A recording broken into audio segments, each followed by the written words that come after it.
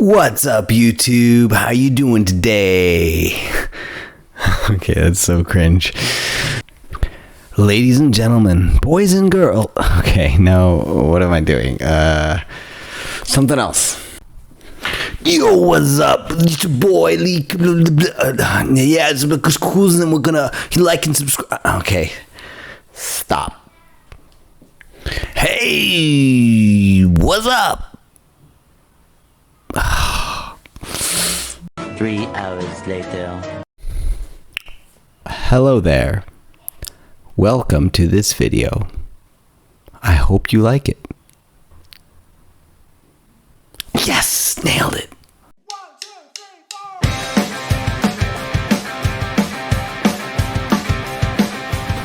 Hey, welcome to this new video series, Locked In and Lockdown. If you're watching this at some other point in time, right now it's April 2022 and we're in Shanghai. And if you've read the news at all, we're in lockdown. So most of us are stuck in our homes. Most of us can't go out, have online learning, all that kind of stuff. So yeah, and it's a really challenging time to be alive. But I was just thinking, man, I want to ask some of the wisest people I know, some of the coolest people I know, for their advice and like how we can live during this time. So I'm calling them all up. We're doing this video series, asking them good questions, and we're gonna see what God has to say about how we can thrive in this season, our relationships with others, our relationship with Him, and yeah. So hope you'll come along with us for the ride. And yeah, today our first guest is Cameron, a real dear friend of mine, and I'm excited for y'all to hear what he has to say. All right, let's get into it. All right, well, welcome everybody to Lock In on Lockdown, a show where we talk with leaders and wise people about how to thrive in our relationship with God during this crazy season that we're all in. Today we have an amazing guest. I'm super excited to have him. This man has been an absolute rock among international youth in Shanghai for almost a decade now. Can you believe it? I know, that's crazy. It was crazy. Yeah, and he's also just been a really amazing friend to me. I think I'll just share one quick story to start. A couple years ago, there was a camp, and everything was going wrong. It was a camping retreat. We had mud in people's tents, and everything was going wrong. And I was leading, and I was so discouraged and so just in the dumps. Katie said it's the most stress she's ever seen me in my life. And in one of those moments, Cameron came up to me and prayed for me and spoke God's truth over me. And that was like a real moment of a brother picking me up out of the mud and helping me walk in what God had for me. And I'm just like thankful for the brother he's been. So yeah, Cameron, super glad to have you and excited to do this together. Yeah, it's good to be here. Yeah. I'm thankful that you invited me to come on and talk. It's fun. Cool. So lockdown, what's up for you? Are you still in your house? Are you allowed to go in your compound, allowed to go out? Yeah, so for my compound, how's it look at your place? Yeah, we are locked down to our actual apartment. We're not allowed to go out into the complex. And it's been that way since April 1st. And I remember on like the day before, like lockdown was supposed to start at midnight, but I was like, okay, no sweat. I have classes because full-time teacher, so I have classes earlier. You know what? I'm going to get my classes done, and then I'll go out, try to get some extra food. I got some extra food like the day before, but it's like we need more food. We don't know how long it's going to be. Right. And then I leave at 2 p.m., and at 2 p.m., there's a dude standing at the gate saying, you can't go out. I'm like, what? It's like, nope, we just got a notice. No one can leave anymore. Oh, I'm like, my goodness. What? But it starts at 12 a.m. He's like, nope, sorry, can't leave anymore. So, yeah, that didn't feel too good. And then a number of COVID cases have been found within my apartment complex and my own building. So that just made the situation a little bit more strict. So yeah. I don't know, like you, when we're going to get free from this. Yeah. I think we just got another new case yesterday, so we're just like, okay. Yeah.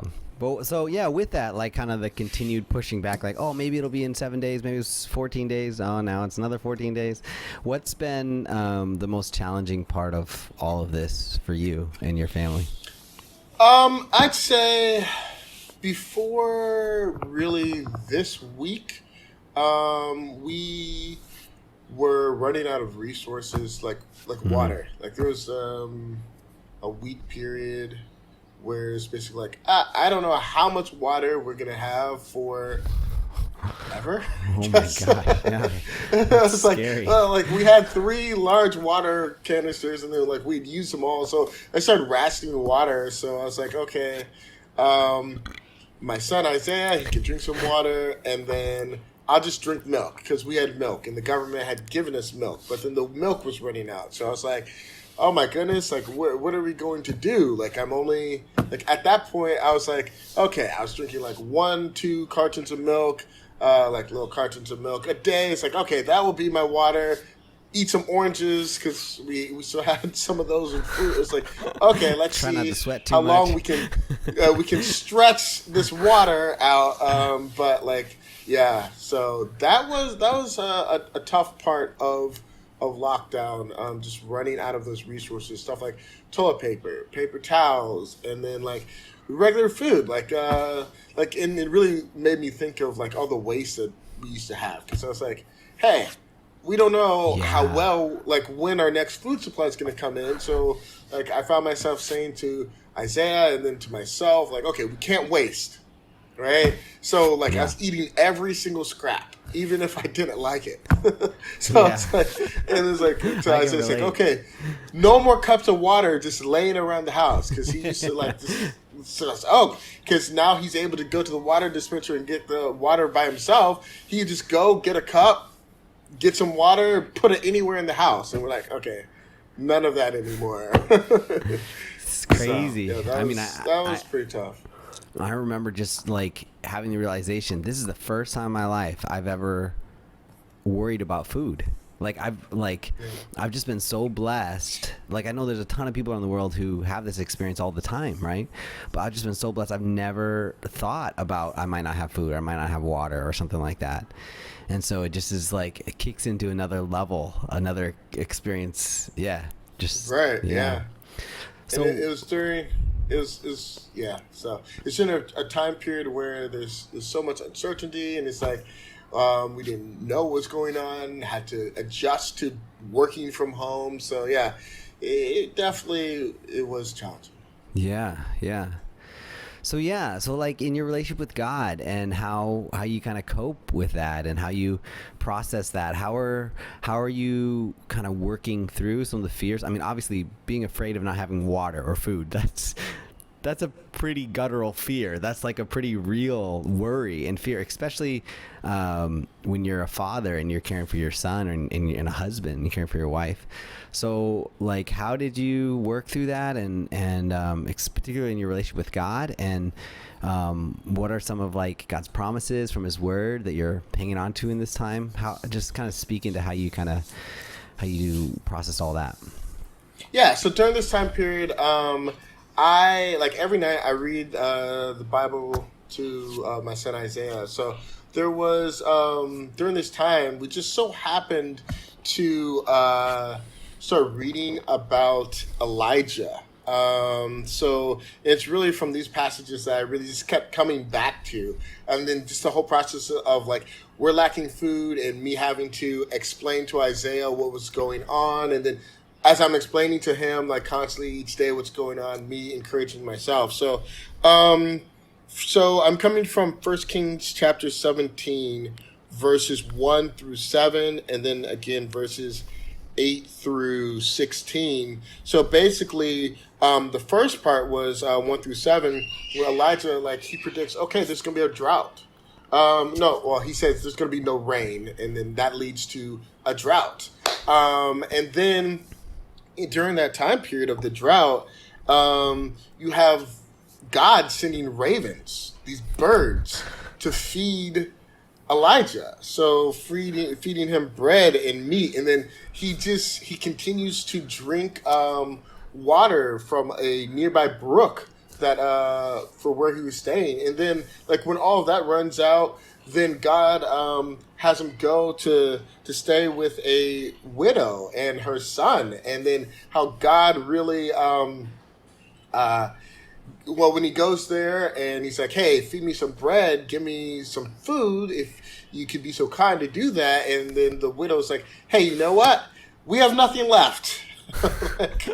And then Elijah's like, quarantine started 3 weeks ago. What are you talking about? Yeah. It's like, and then I it's really that mirrors, like, I think what was happening in quarantine, because seriously, people like started doing a barter system at my, in my apartment complex, and then they're like people, like neighbors who've never talked to each other, were like, well, you know what? Maybe we can share a little bit of what we have, like, with you. So it's like, so I was really seeing a lot of what was going on with Elijah's story. So with the woman, he's like, okay, just share with me what you have, and he's like, don't fear. So coming from chapter 17, verse 13, and Elijah said to her, do not fear.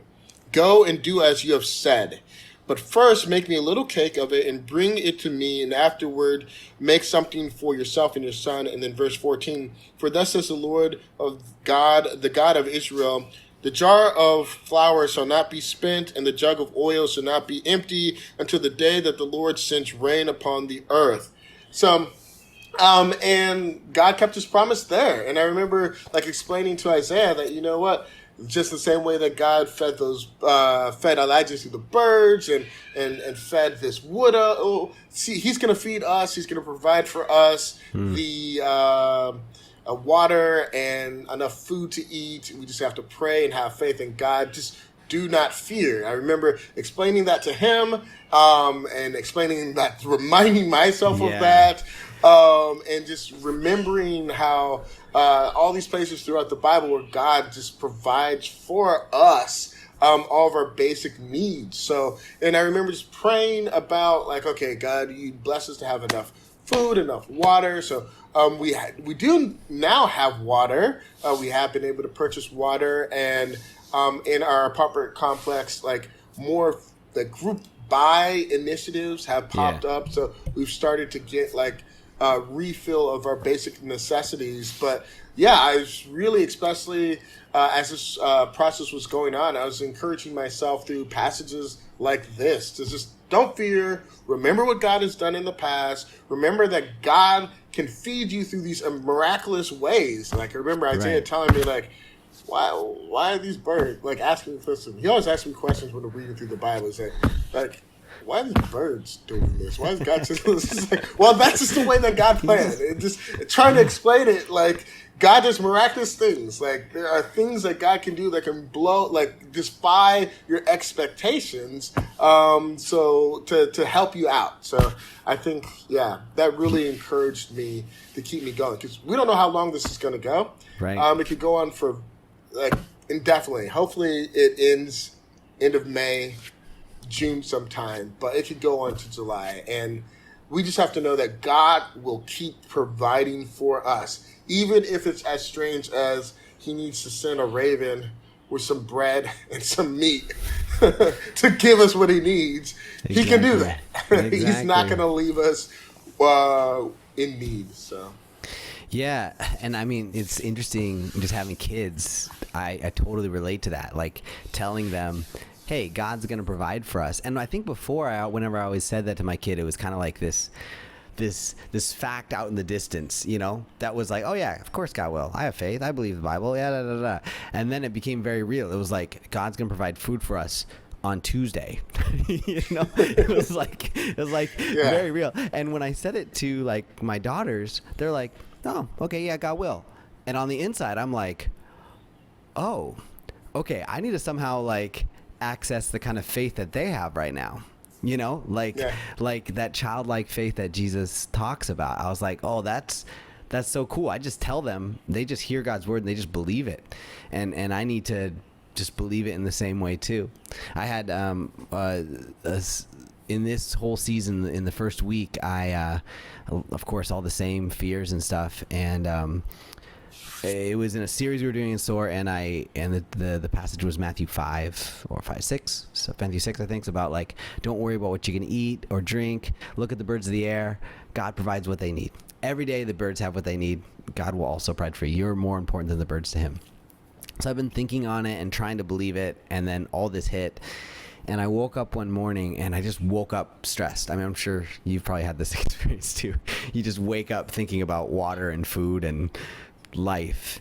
And I'm sitting there, and outside my window, you know, the city's like shut down. And I don't know if you've noted this, but like as the city's been shut down, the birds have just come out, and they're so loud. It's like 5:30 in the morning, just birds right outside my window, just like chirping away and going crazy. And I just felt the Lord speak to me like, yeah, Kenny, I'm caring for them. I can care for you. And I was like, oh, okay. All right, I believe you. But yeah. We need reminders like that. Yeah, we pull do. Us back. Mm-hmm. Yeah. Cool, man.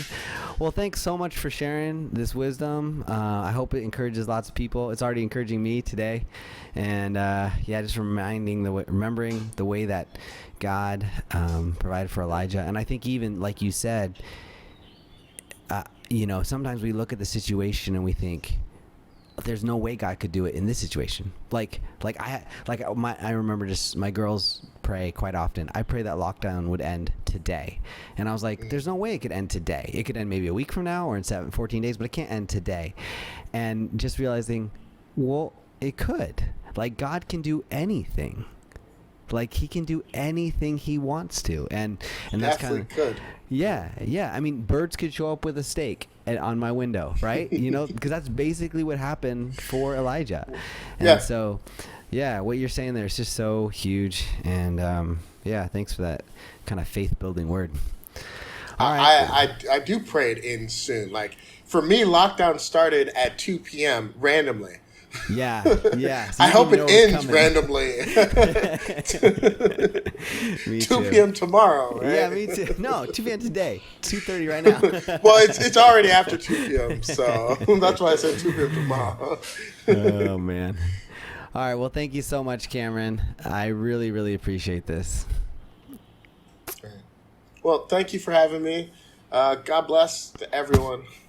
Yeah, thanks, everyone, for listening. All right. Well, thanks for watching that video with us. We're going to do more. If you want to catch them, you can subscribe. And also, if you have anybody you want me to call for this, just drop their names down in the comments, or also if you have any questions you want asked. Yeah. Hope to see you in the next one. Take care. Have a great day.